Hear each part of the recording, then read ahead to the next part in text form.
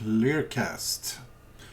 In the Candidates tournament of the 2021 Crazy House World Championship.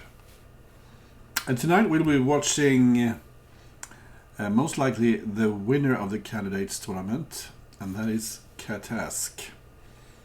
If we take a look at the overall standings, we see that if you look at the points, Blitzbullet is in the lead, but he has played a lot of matches, and he won't have anything to do with the outcome, and the same goes for Burp Cow, who only has 2 matches remaining.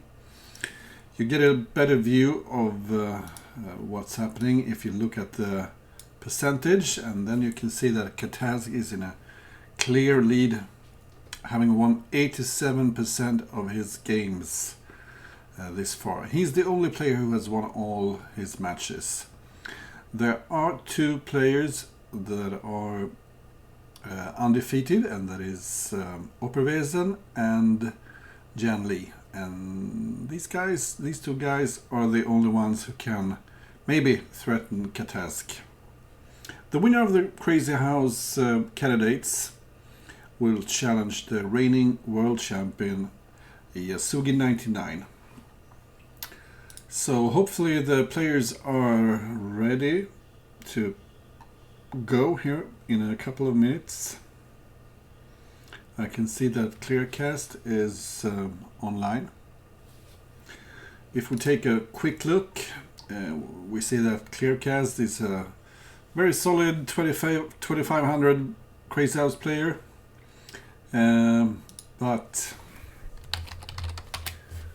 catask is rated almost 400 points above him. Catask's last match was against Burp Cow, and it was a clean sweep. Catask winning 10-0. Very, very impressive indeed. And I don't expect a clean sweep tonight, but I wouldn't be surprised if catask wins by, let's say, 9-1 or 8-2.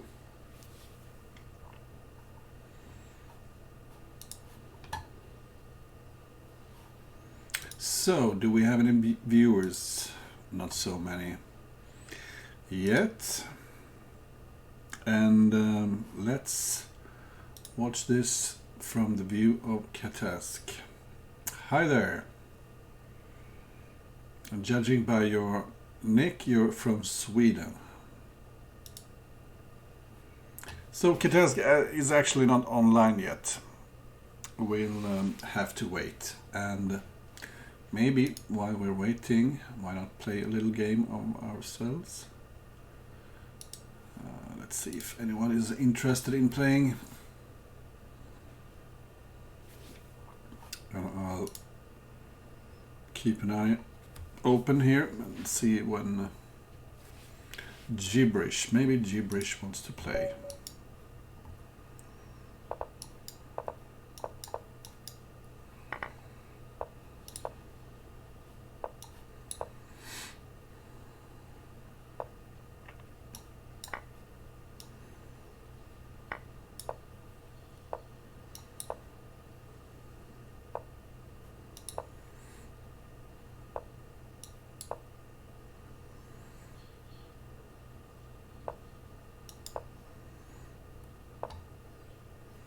So maybe it's time to do something here on the king side.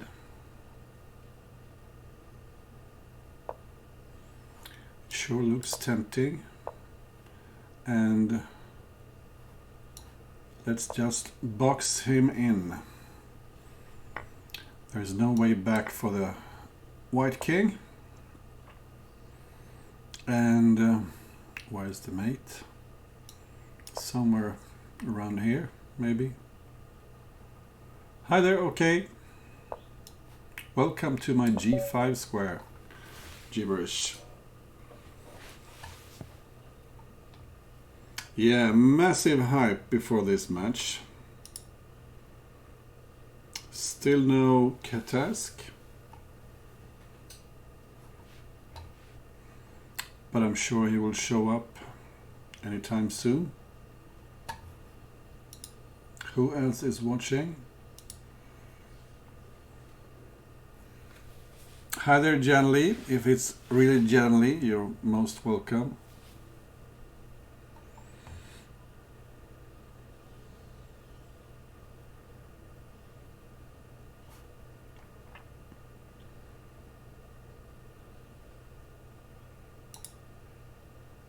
And I'm gonna watch this from the view of catask. Catask is online, and off they go.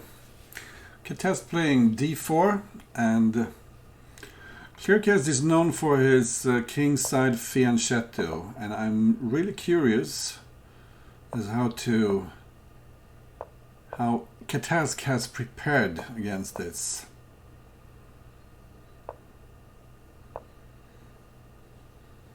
Kleerkast plays this both as white and as black. White choosing to... oh, that's the little bug there. Choosing to trade this knight and attacking the d5 square.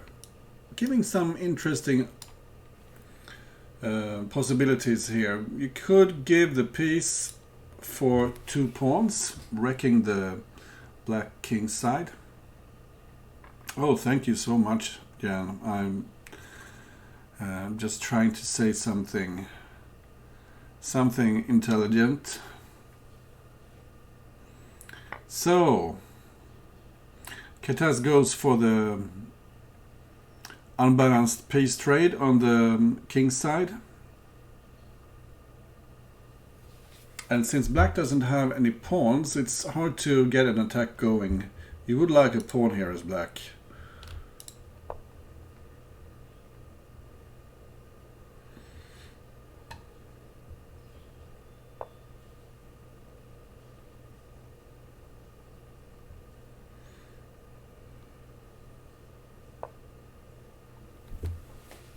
So very positional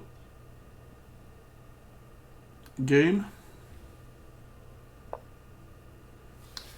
White is swinging his knight over to the king's side, and playing e4 was not an option because that would have left the f5 square for the black knight. Yeah, someone told me. Let's see if I can put the window back. Hi there, Sarasa.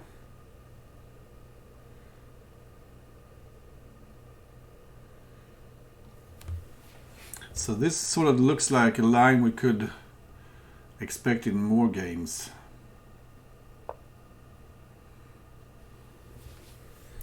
And this pawn will likely be annoying for black for the rest of the game. It's very close to the black king, and let's say white gets a knight, he could play pawn h7 and knight f7. And you see the knight on e4. White wants that. And if black, let's say black plays knight h4, white would have snapped it.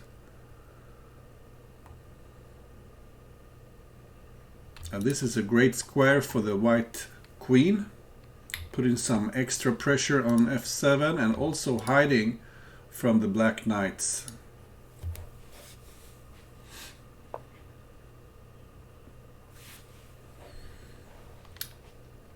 So maybe black wants a bishop for g4 here, but he doesn't quite have the time to pick it up,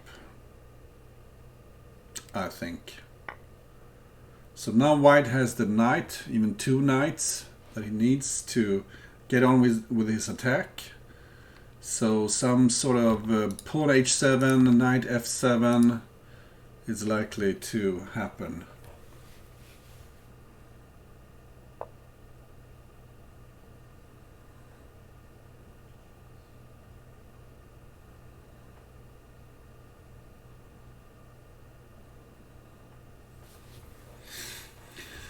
So how does white proceed with this attack here. You don't want to leave h5 with the queen, because then g6 will be hanging.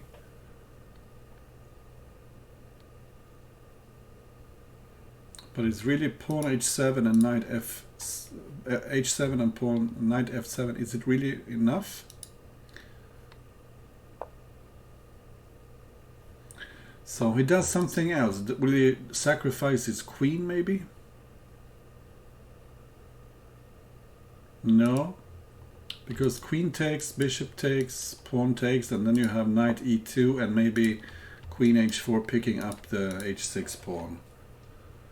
But this pin on the h file is really annoying. White simply wants to take on h6.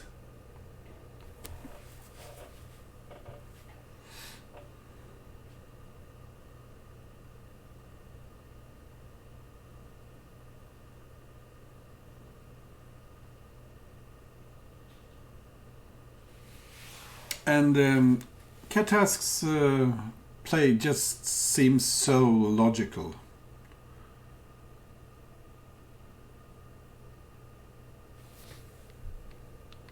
An attempt by black to close the h file, and of course if white takes here, black has knight f3 forking queen and king.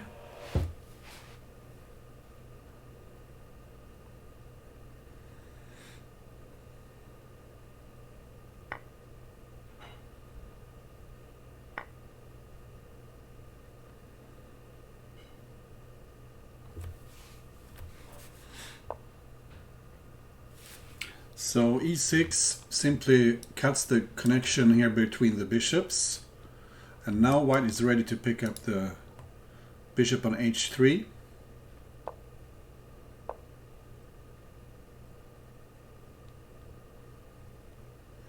And obviously the bishop on h6 is hanging if black takes on e6. But the knight on f4 protects h3. Look at that.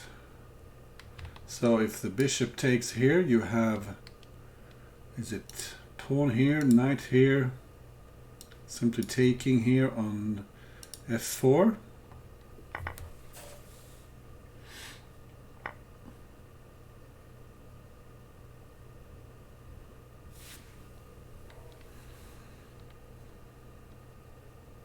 I wonder if you play rook h1 first.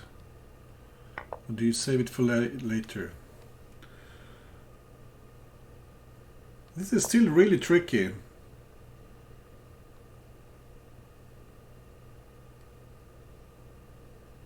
I'm wondering if knight g4 and what about, I was thinking pawn f3 instead maybe.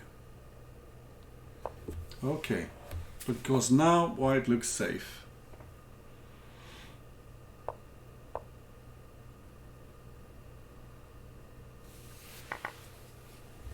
And Catask has this ability to switch gears in the end. When he's really low on time, he just there's a flurry of move coming. I'm just gonna watch this quickly. Did Kleerkast have something there in the end? This isn't so clear. Oh, as a matter of fact it is. Yeah, knight g4 was mate. Okay, so there was a forced mate. And here, no. Yeah, I was thinking pawn f3. What about pawn f3? Yeah, pawn f3. Nah, it's nothing. Okay, impressive win here by Catask in the first game. And let's see what happens in the second one. And we see basically the same opening. Kleerkast fianchettoing his kingside bishop, but this time he's avoided the trade for the knight. And the bishop didn't even go to g4 here.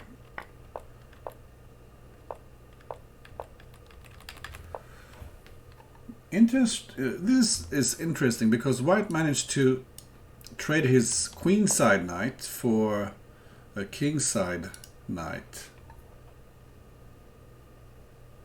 That should favor white slightly, I think.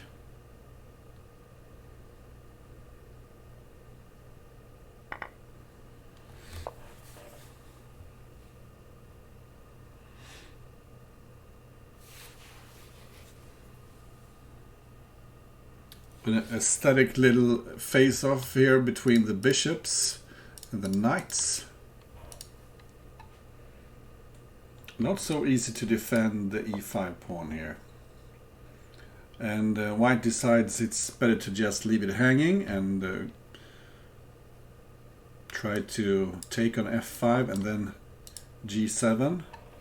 And this is why black put his king in the corner, so he can put his rook on g8 and defend g7.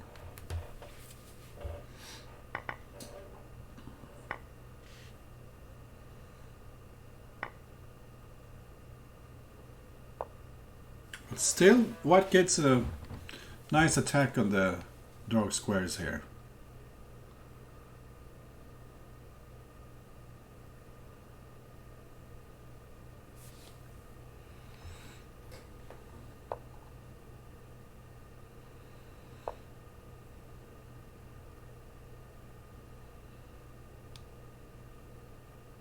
Black is trying his best to defend the g7 square.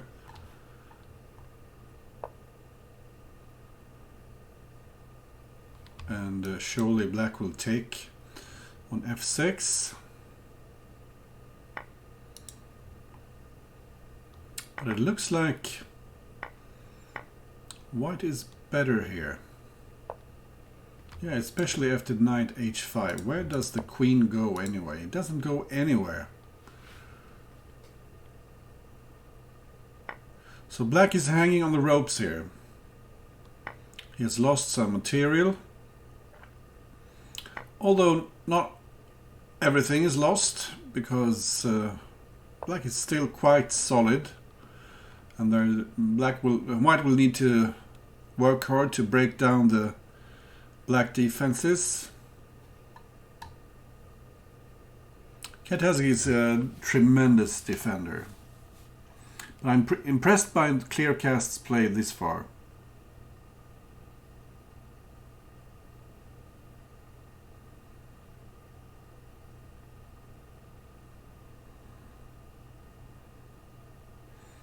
So somehow white should just try to play some chess here.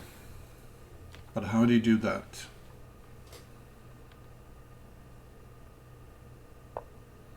Yeah, this knight doesn't have many squares to go. It will need to go forward.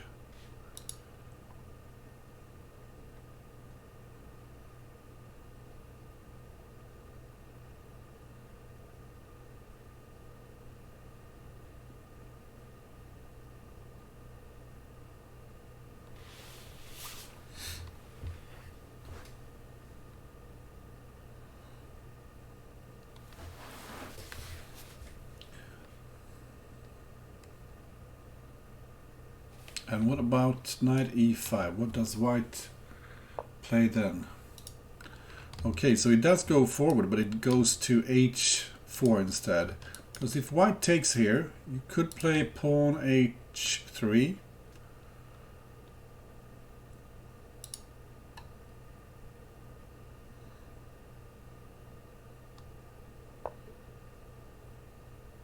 And this is a natural response. Pinning the rook.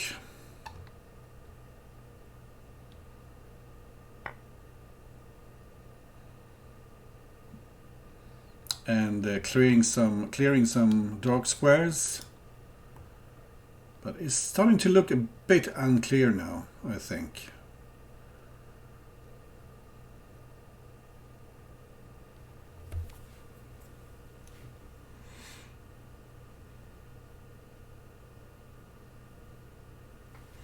Oh, sure, Janly. I would be happy to join your stream.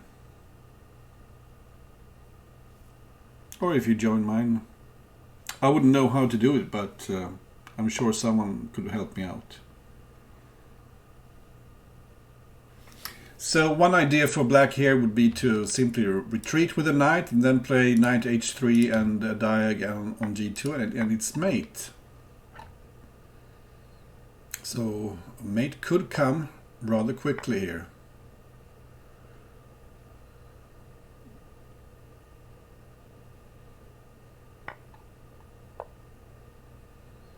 So here comes the retreat. And when you go this way, you could pick up h5 as well.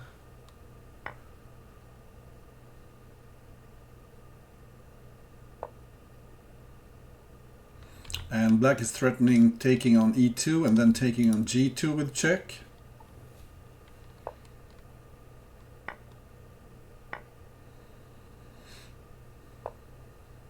And the same threat, taking on e2 and then taking on g2 with check. The black king looks safe in the corner. And what about the material? It's not so bad for black anymore. Actually, he's looking quite okay.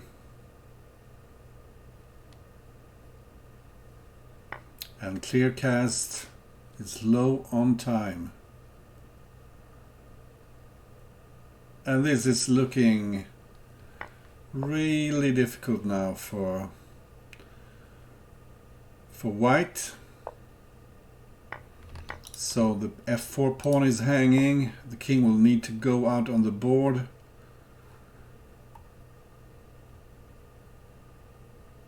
Maybe a diag here and bishop c5 picking up the queen. But I'm sure there are other options as well.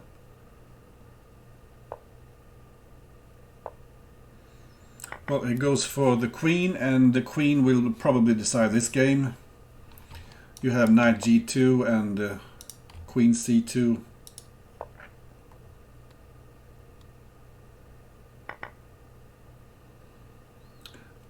Well, if the first queen won't decide the game, the second one will for sure. Yeah. Okay, so it's 2-0 catask, but I'm sure Kleerkast was better in that game. Somehow he lost the thread. We see the same setup for white here. And this time catask goes for the light square bishop. And this avoiding the idea white had before. White traded here and put a knight here, and finally he sacrificed on g6. But now the bishop is diverted back to e2. Although it's not clear what the knight on b4 is doing.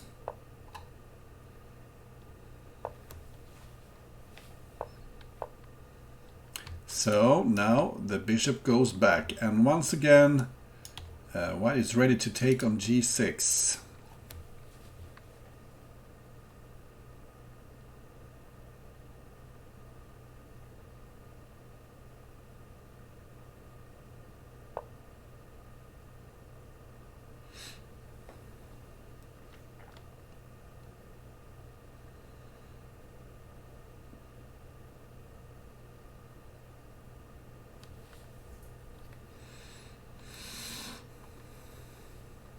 So maybe it's not a good opportunity to take with the knight. Yeah, catask takes with the bishop instead, because if the bishop was here, black maybe had something like taking here and forking on h4. I'm not sure, but still this doesn't look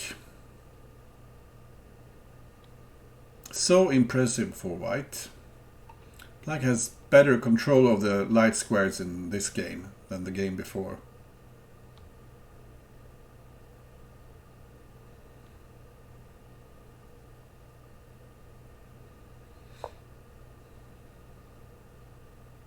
So we will probably see a queen sacrifice here.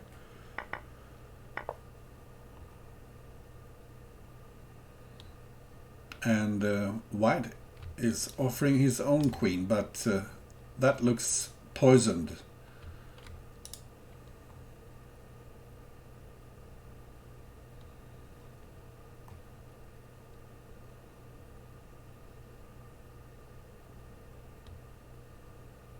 So maybe pawn f7, simply protecting the bishop. What happens if black takes here? Do you take on g6 maybe? I'm sure Kleerkast is thinking about taking the queen. And indeed he does take the queen. And let's see how poisoned it is. And Janli, I knew you would say that. You would not take that queen. Yeah, me myself, I think it looks a bit poisoned.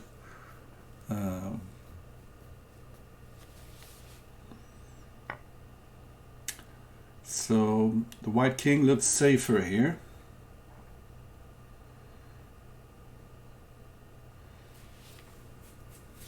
Really weak on the light squares. And also white is ready to pick up a bishop here. But what is the immediate threat? Let's say black simply retreats to h5 just to save the bishop and protect some squares.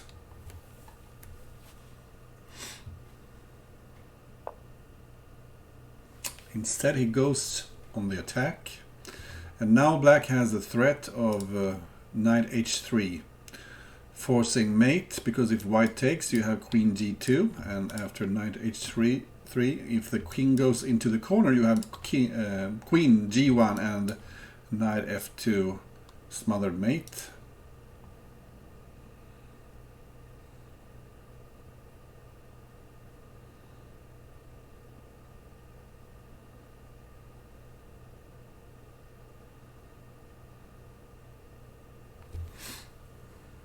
So what is white's idea here?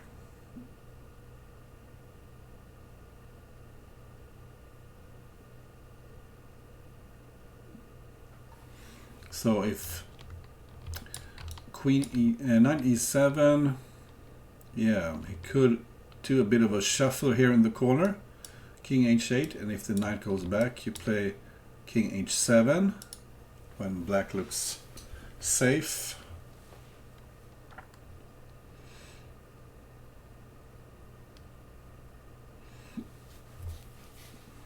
Actually, this could be promising for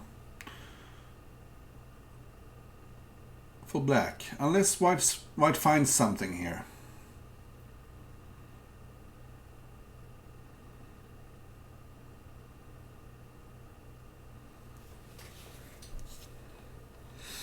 And even if white takes here, knight h3 is stalemate, because if the king starts running, you have queen g1 taking on f2.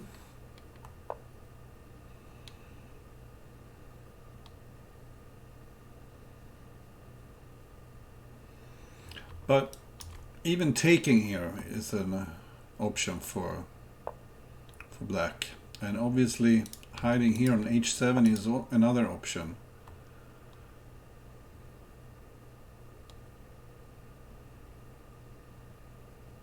So now the knight covers h3 and you have the threat of bishop g6 followed by queen h7 mate.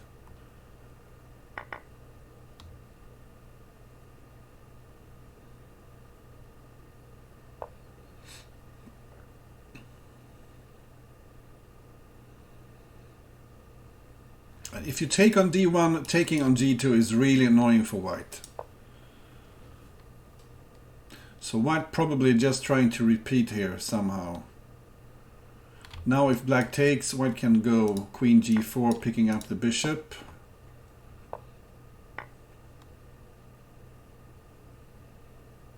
And now that the queen is back in the defense, you do have the time to take the bishop if you get the chance. Much better to have the queen taking on g2, keeping the knight on f4. And now you have some interesting compensation for the queen. The king can run.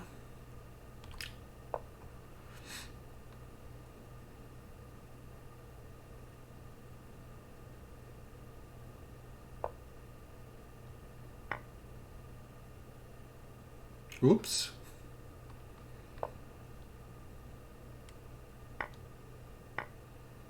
And looks like Kleerkast is just collapsing here.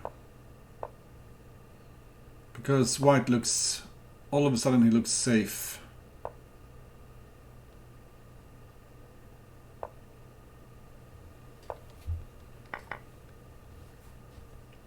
The black queens won't hurt white, and those light pieces will just kill black in a little while.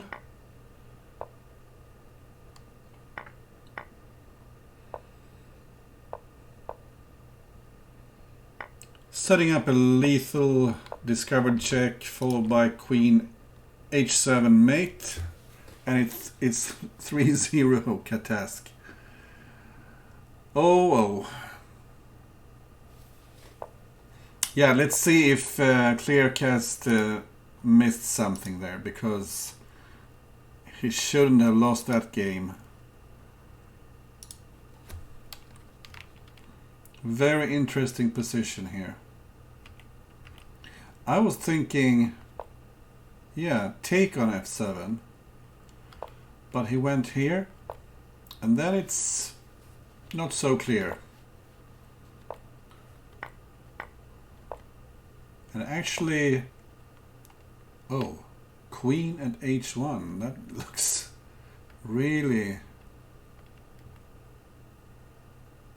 fancy. Okay. So here white is just better, I think. Even if the computer doesn't like white, I think white is better, and knight g6 was much better, and then under promoting on f8, because this is good for black. Yeah, probably queen g1 was a slip and queen h1 was the move he wanted to do. Oh well, a lot of things to think about in that game. And what happened here? Let's have a quick look. Kleerkast switching to e4, and it's a e4, e5 opening, and a lot of opening theory here.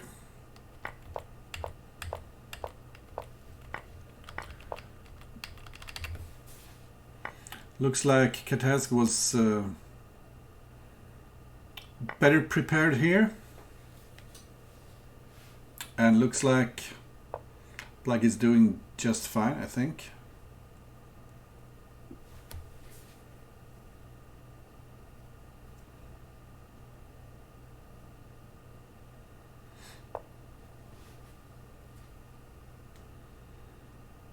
Black has a slight lead in material, and white doesn't have much to show for it. So a nice little in-between move, picking up a rook.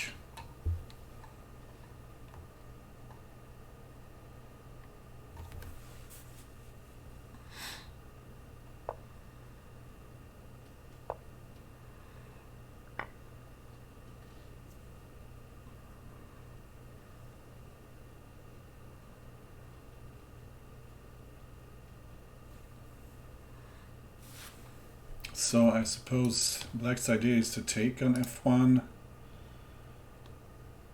and then take on h5.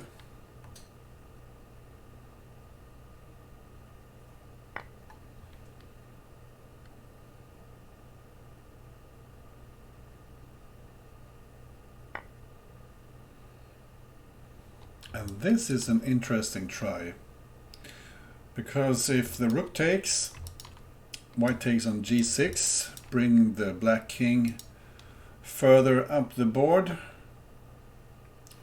White is just leaving the queen en prise, because he will take on with check on g6. Well, this is tricky. If black takes on e4, you have pawn g6, and then you can take back on e2. Yeah, I'm not sure why they didn't take the rook. It looked like that was the idea.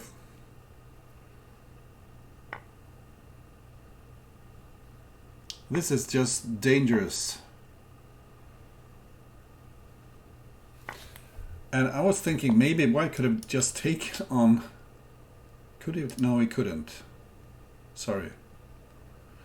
Black has to look out here for knight at h3 with the same mating patterns that we saw in the last game.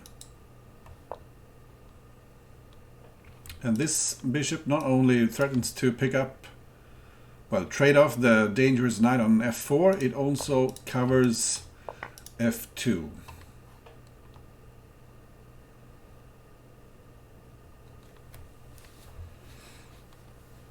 Yeah, I got some strong players agreeing that bishop takes h5 is interesting.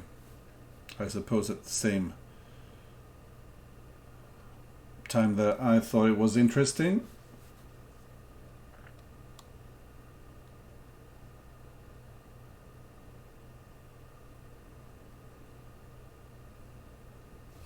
The bishop on g6 looks strong, but it's actually blocking the g6 square for a knight. So taking on h5 would have solved the problem with that, and also would have picked up an important defender. But this is interesting. Yeah, white just bolsters this bishop on g6. Now there's a mating threat here. Knight takes g3 followed by queen h1.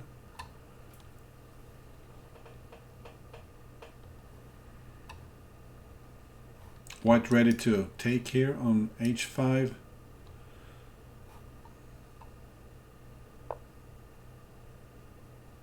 Oh, hi there, gibberish. Sorry for killing you. So I would just take on h5 now. You want to get rid of the bishop on g6. Now the second rank is weak. White will have the chances with pawn e2 followed by a rook on f1.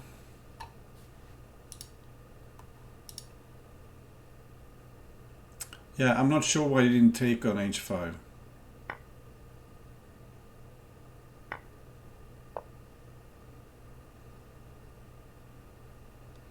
And maybe just take on g1. Yeah, this looks like it's about to get mate.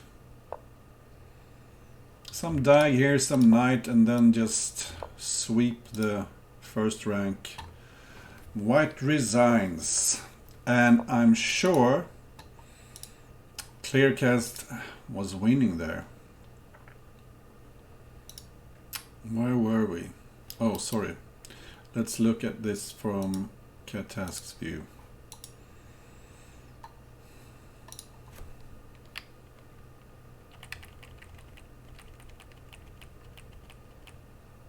Around here. Yeah, simply bishop takes h5 and it's over, I think. Oh well. Let's get back to the game. We are watching catask, leading by 4-0. And what happened here? We see the same opening. Black didn't play knight b4 this time. Instead he trades on f3 and picks up a pawn for e4. And what's this? What is this? One move you have to look for is something like bishop takes here, but I think black has the time to take on f3, and then after you take the bishop, black can just take on g2, so it's nothing.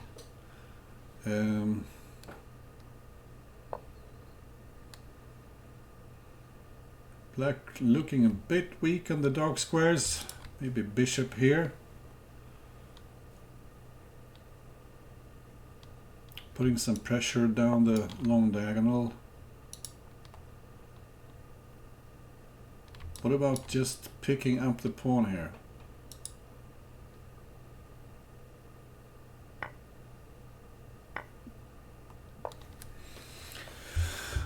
guess I don't understand this position.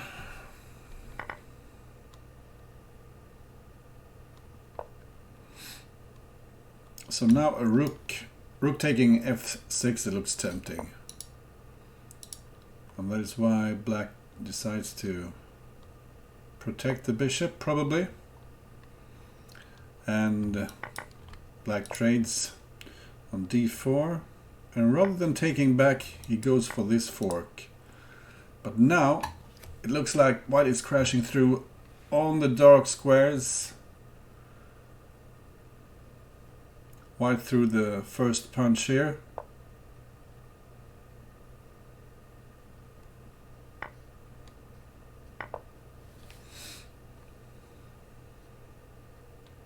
Another bishop here maybe.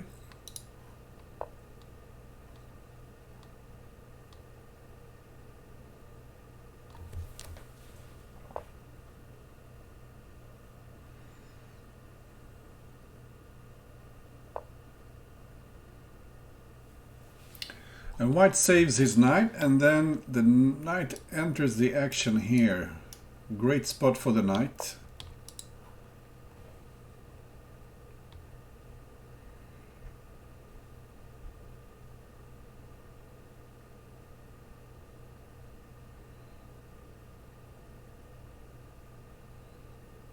So many threats on the king side.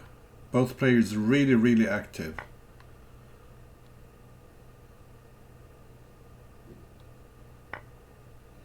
But isn't white simply better here? He has threats like taking on f5 and then taking on h5, or even the other way around.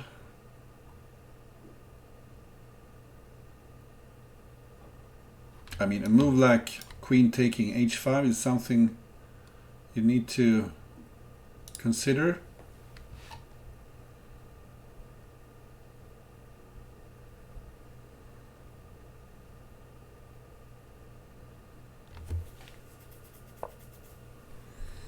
White decides to keep his queen for the time being.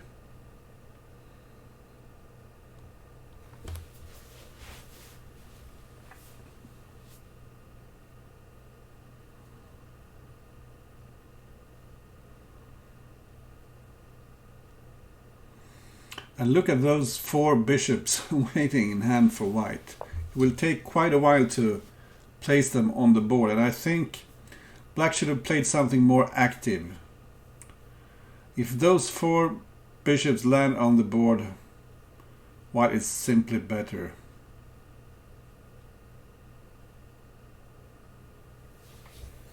Maybe h4 is a good place to start, or g5. So many great squares to put those bishops.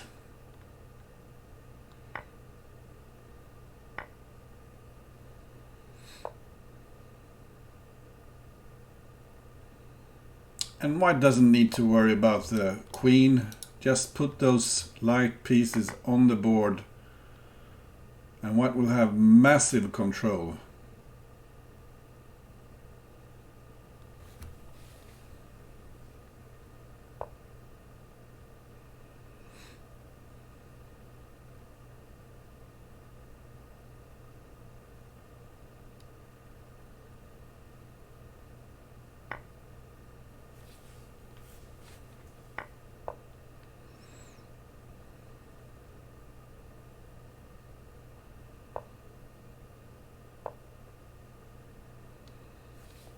So this bishop is a sitting duck.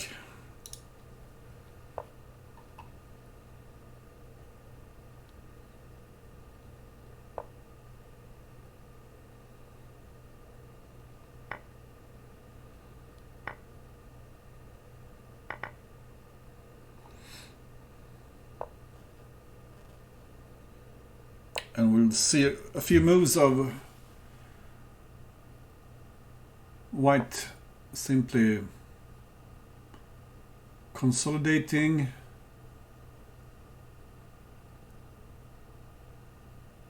Although black is trying his best to confuse white here.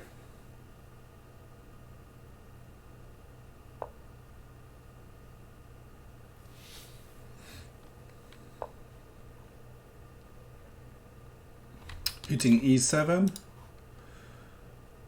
And white is probably prepared to take the bishop.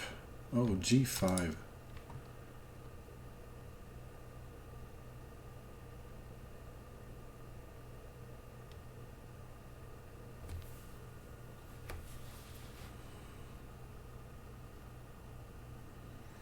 Catask is low on time here, and Kleerkast is fighting for his life.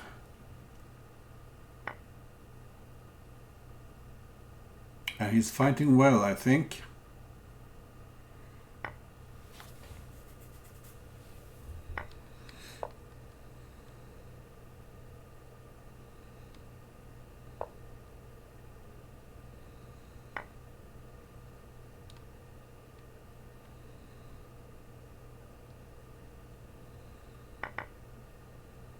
The position isn't clear at all.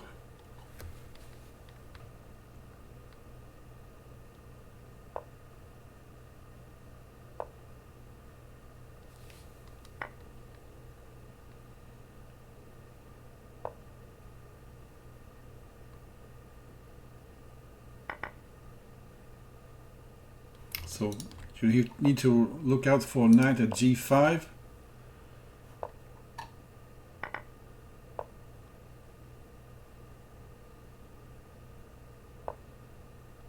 Probably bishop here and then just try to sack his way through. Okay, no, he goes back. White has a lot of stuff in hand, but now the first rank is weak.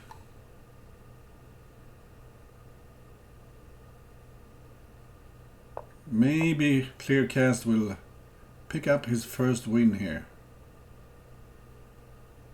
White is just trying to create this impregnable,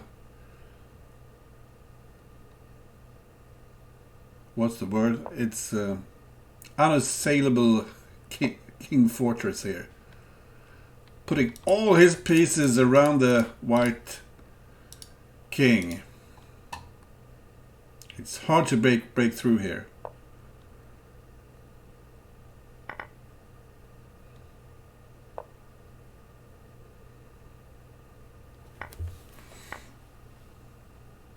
And white is winning a lot of material here, creating threats of rook taking here.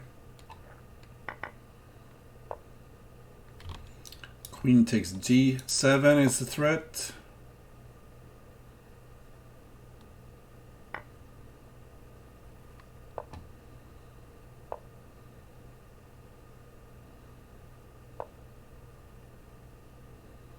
And white would like to have a knight.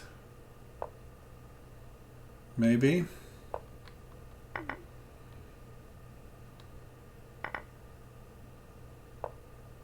This is an epic game. 70 moves and still no mate in sight.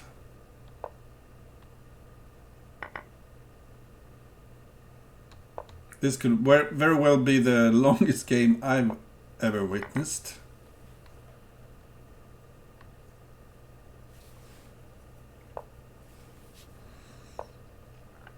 I think Kleerkast was a bit over optimistic here because f2 is well protected.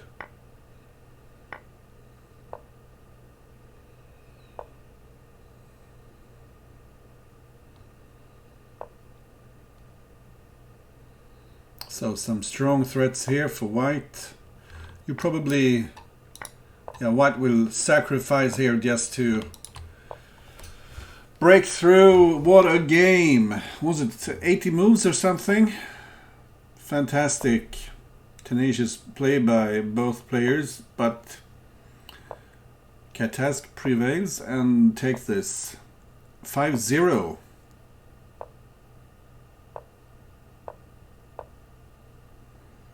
And this is funny.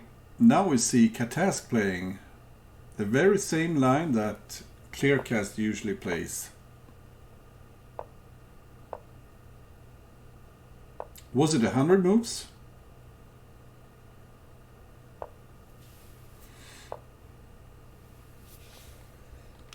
So this knight was on quite a journey here, and it hasn't ended because I think it's coming this way. This is a very instructive queen move, defending the g6 pawn.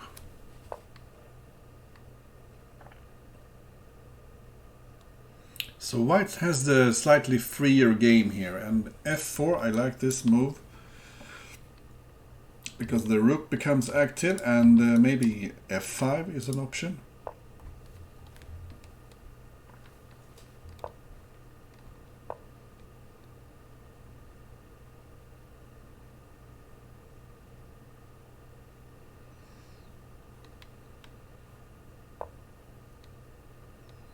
And neither player has a piece in hand. Just trying to make some useful moves here.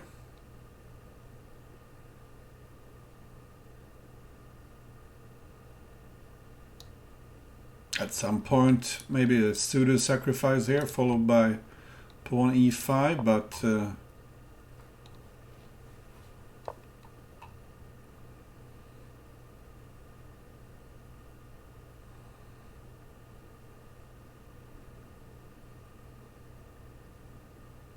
I was thinking f5 was the idea for white here.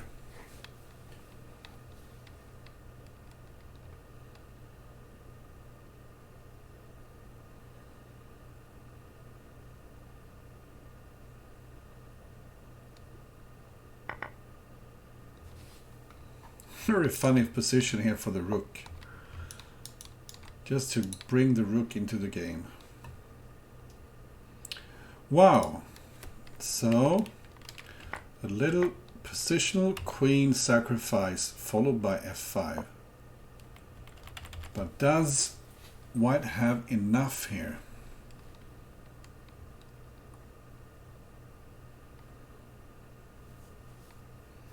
Jan Lee approves of this queen sacrifice. And white throwing some more gasoline on the fire, sacrificing on f7 just to weaken the light squares even more.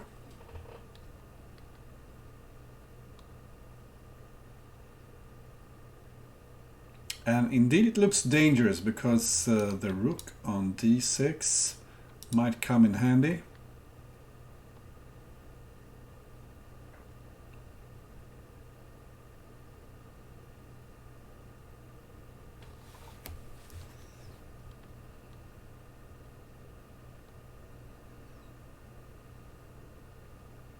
So if white gets the chance to pick up the rook, pawn here, rook on g8 will probably be the end. Although at the moment white does not have a diag.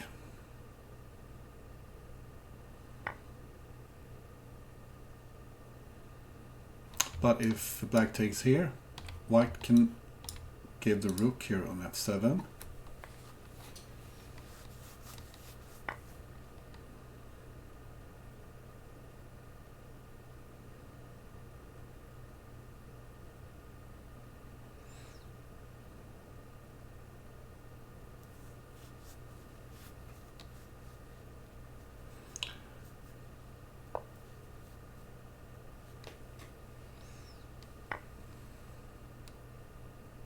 So not so clear what knight f7 accomplished. Looks like black has control over the light squares now. Yeah, I'm not impressed here by the white position. Lots and lots of rooks, and they just don't cooperate very well here. Black just needs to keep the f5 closed somehow. Maybe pawn e7 even.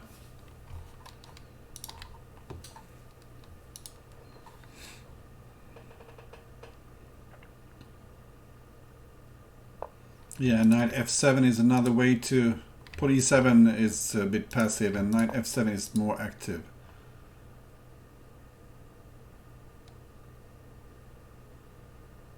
Yeah, this is quite the Alyoshin gun.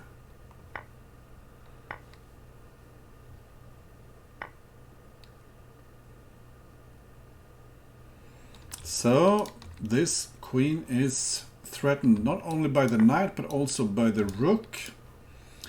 But black got quite a lot of material for the queen.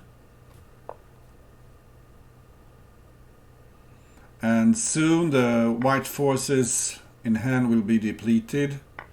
And black can start thinking of his own attack. I think one move that black is looking for is to simply take on g3.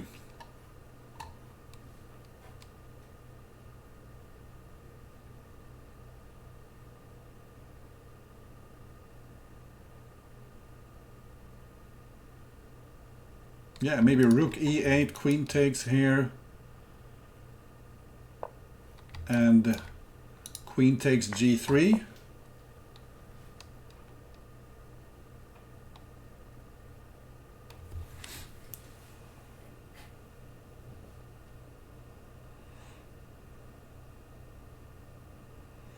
A lot of pressure here on white.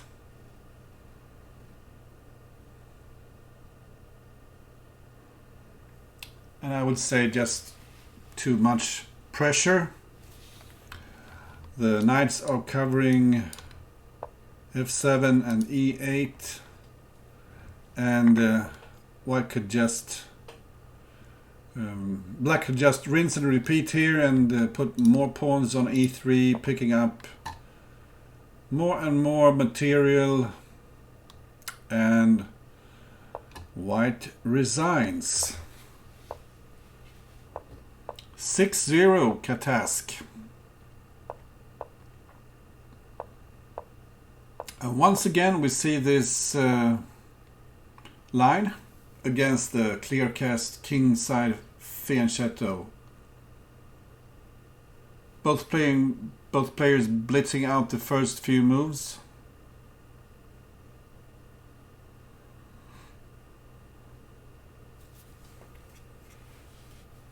And obviously this is something catask needs to look at after the game.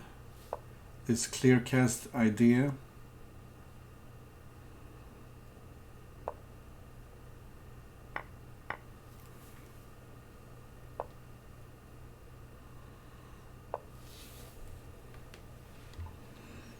So the knight e6 is nice, hitting g5 and d4.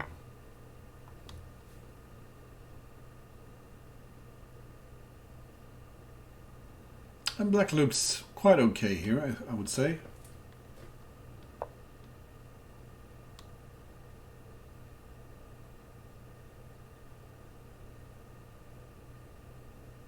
Although if white takes here and knight g4 and pawn e5, looks like white is getting an initiative here.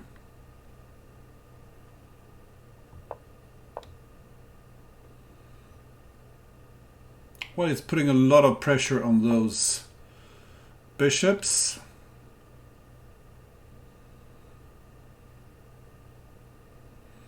Black would love to have a knight in hand for the f4 square at some point.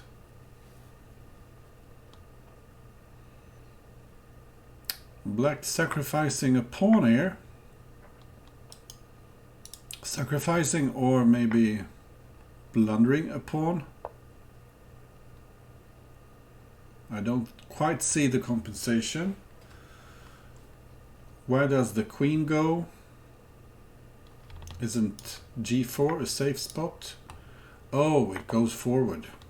So white does have a pawn already, and now he got a piece, and he gets a nice little initiative. And I'm sure Jan Lee approves of this as well.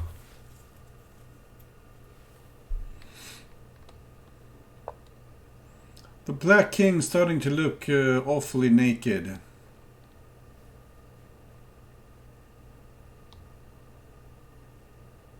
I was thinking maybe just keep the bishop keep the pawn in hand and put a bishop on g3 instead.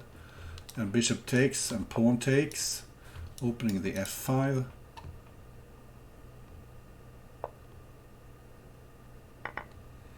So the last defender of the dark squares is gone.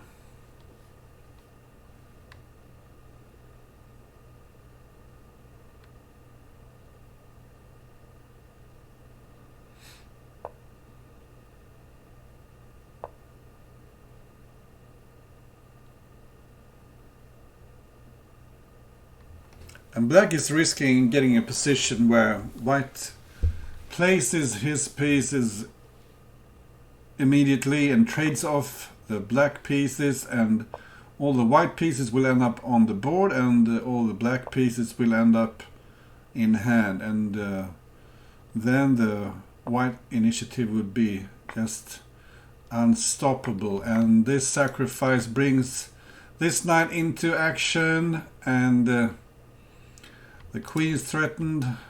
You will see stuff like knight f6.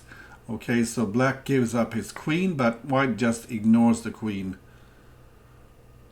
Still the threat of taking the queen. And white can keep on placing his pieces, maybe bishop h4 or bishop e3. Pushing the dark lady around.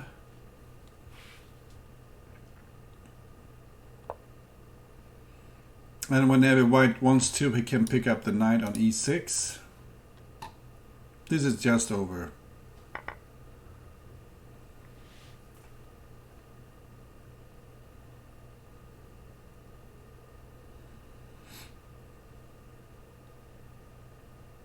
Yeah, and Kleerkast resigns.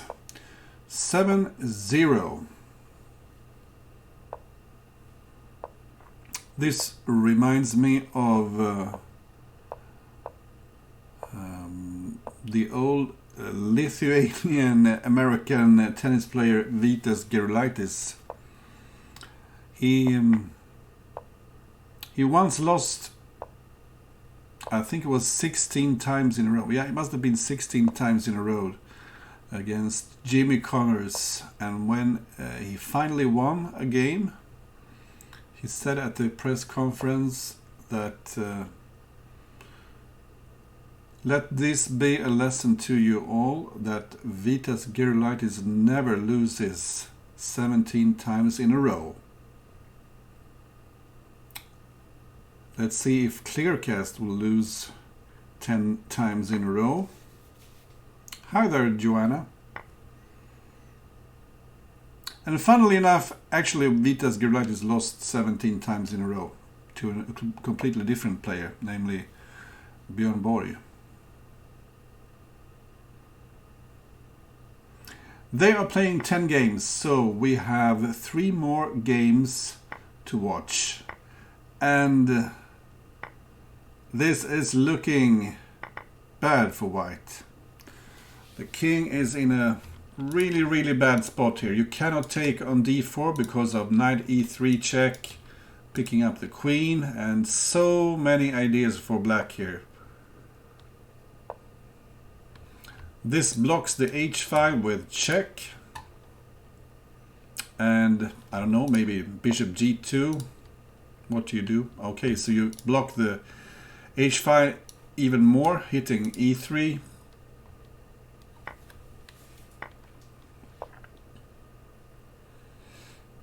So maybe there are some suggestions here in the chat that even that catask even missed stronger moves. Look at those bishops and this knight. All the black pieces are participating in the attack.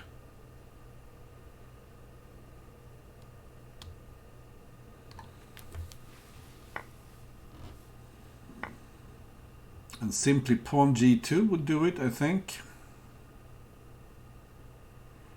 Or doesn't it? Although pawn g2 and queen takes and knight takes, and then maybe rook takes h5, and Somehow maybe white is getting an attack then. So this hits e5 and also protects h5.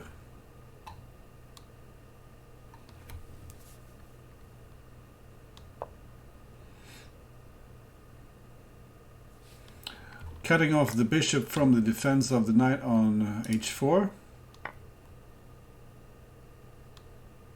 Oh, thanks, Pepeyu. And welcome those of you who watched Pepeyu just now. You are watching the candidate tournament of the Crazy House World Championship. And you're watching Catask leading 7-0 against Kleerkast. Some amazing play here by Kleerkast. Sorry, by Catask, and also by Kleerkast, obviously. But he hasn't managed to win his game where he was better. So black is happy to give up a queen here if a pawn lands on g7, because he will be ready to strike.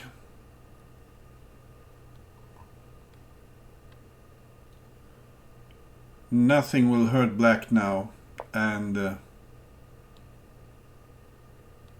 maybe what you do, yeah, just strip white of his defenders.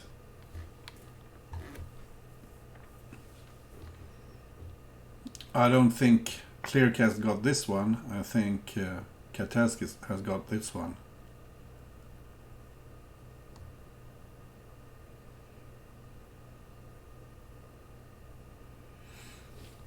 I'm not sure what the best move is here. Maybe just take on g5.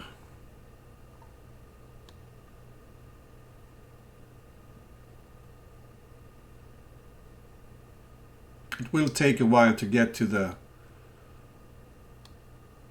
black king.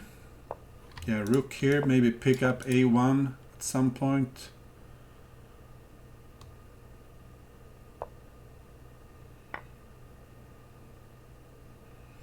And black didn't want to repeat moves here with the knight. He just picks up the rook, and you threaten rook at g2 is mate in 1.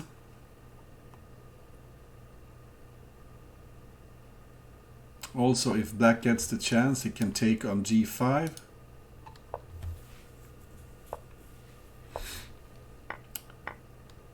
Why not take on g5 then? 8-0 Catask. So will we see a 10-0 result?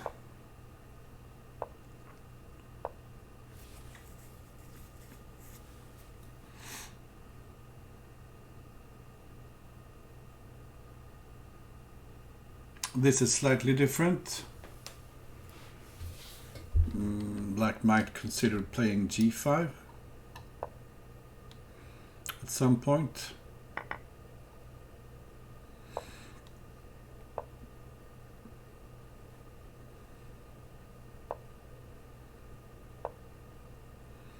Looks like some improvisation by Kleerkast here, but I have a feeling that white is a little, but clearly better here, with the open c5 and the great central control and everything.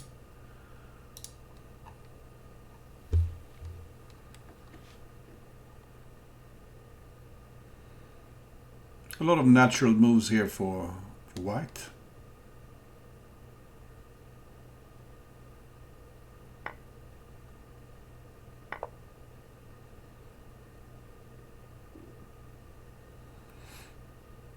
So maybe black is looking to take on d4.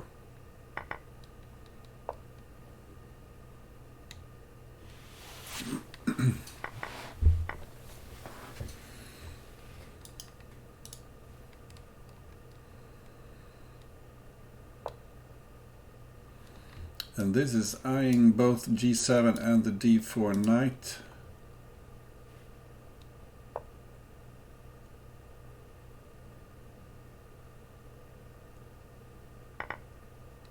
And white could consider just taking on g7. This is the kind of move you don't even have to calculate much. Ripping the black king side open.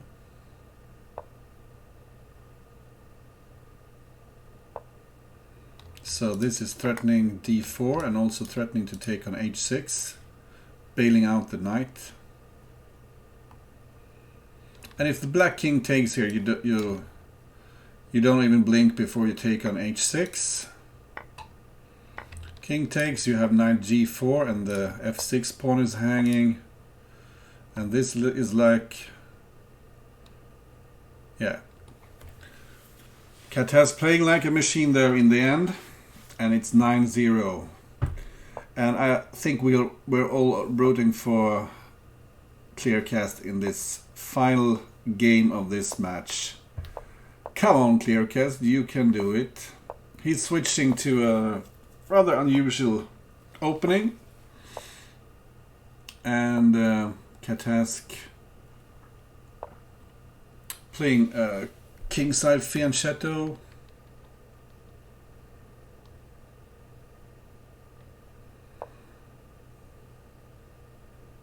So probably h6, take back with the pawn here. Oh, now d4 is hanging as well. Because queen takes, you have knight c2. And that was an important pawn. You could just go back to e6 maybe.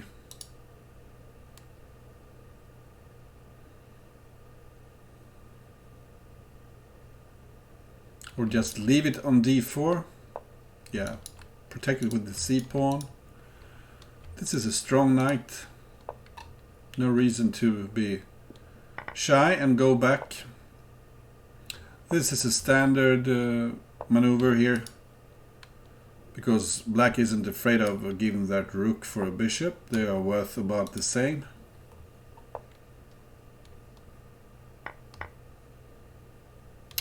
And I really like black here. I would say that this is positionally just lost for white. Black has not only an extra pawn, but he has the better position. The bishop here is passive. The knight on d4 is super active.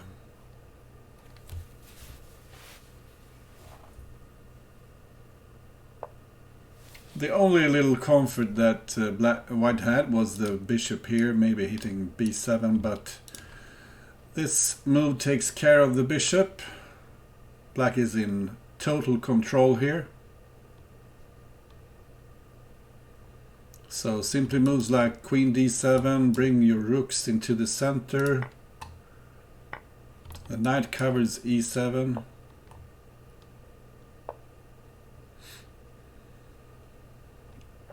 And this bishop pins the f-pawn, so you have knight takes g3 at some point.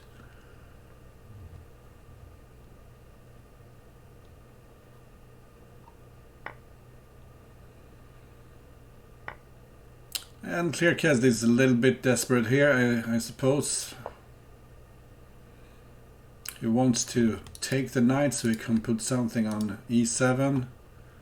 But even then it's not clear what he's achieving. So black goes on the offensive here, creating some holes here on f2. Black just preparing his attack, attacking g4, protecting g6, and now pawn f2 followed by knight takes g4 is a real threat. Notice also the knight on c3 hanging.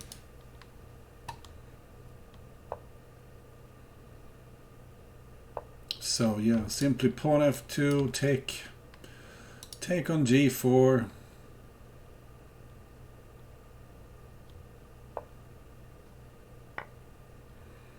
And after you take on g4, it's threatening mate on h2.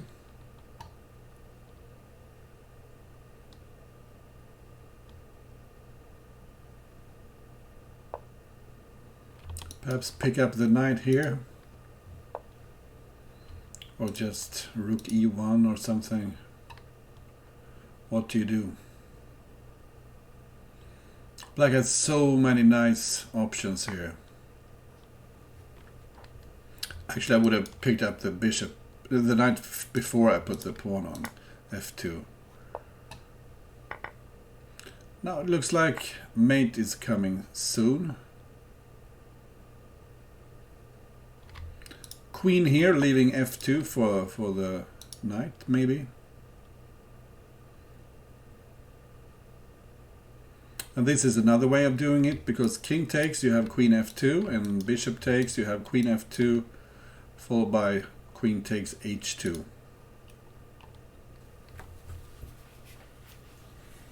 And maybe Kleerkast saying something nice to his opponent. Because Catask took this 10-0. Well,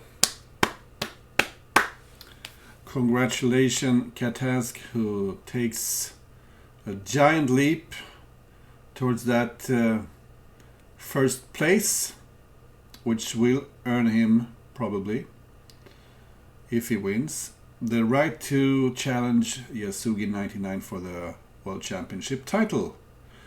And thank you. Wow, what an audience. Thank you for watching me.